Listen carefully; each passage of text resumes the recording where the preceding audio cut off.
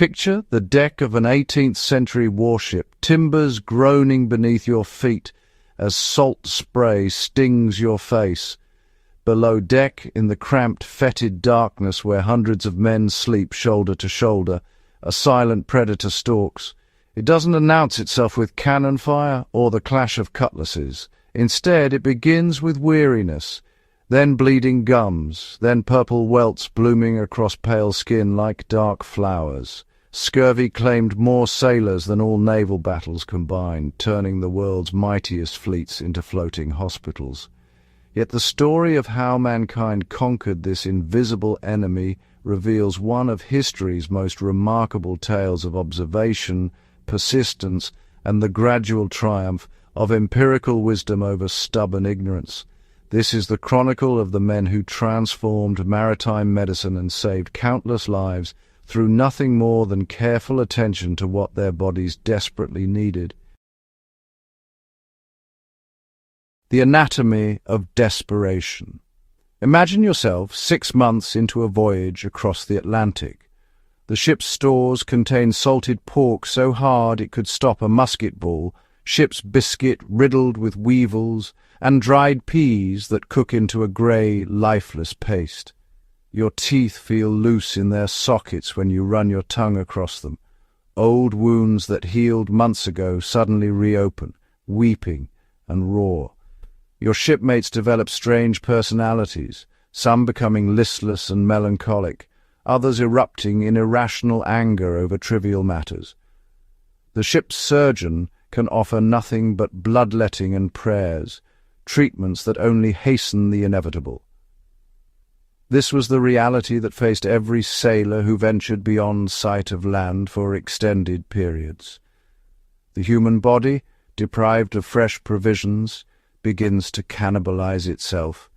Collagen, the protein that holds our tissues together, simply stops being produced. Blood vessels become fragile as parchment. Bones that once knitted together after breaks refuse to heal. In the worst cases, men's legs swelled to monstrous proportions, their skin turning black before death mercifully claimed them. Lynn's revolutionary insight. In 1747, aboard the HMS Salisbury, a Scottish naval surgeon named James Lind conducted what would become one of history's first controlled clinical trials. 12 scurvy-stricken sailors became his unwitting subjects in an experiment that would change maritime history forever. Lind divided these men into 6 pairs, giving each duo a different supposed remedy. Some received cider, others elixir of vitriol, still others a concoction of vinegar and garlic. But to 2 fortunate sailors, Lind provided 2 oranges and 1 lemon daily. Within 6 days, these men were fit for duty, while their companions continued deteriorating. The result seemed miraculous. Yet the path from this discovery to widespread implementation would take decades of needless death. Lind's findings, published in his Treatise on Scurvy in 1753, faced skepticism from naval authorities who preferred cheaper alternatives like malt extract or vinegar. The Admiralty's resistance to citrus provisions stemmed partly from cost and logistics. Fresh fruit spoiled quickly and took up precious cargo space, but also from a fundamental misunderstanding of what caused the disease. Captain James Cook's voyages between 1768 and 1779 demonstrated that scurvy could be prevented entirely through meticulous attention to diet and hygiene. Cook approached the problem with the mind of both explorer and scientist. He insisted his crew consume sauerkraut, which retained vitamin C through fermentation, though he understood nothing of vitamins themselves. At every landfall, Cook's men foraged for fresh greens, wild celery, and scurvy grass, plants that grew in even the most desolate harbours. He made his crews drink portable soup, a concentrated meat broth that provided some nutritional benefit.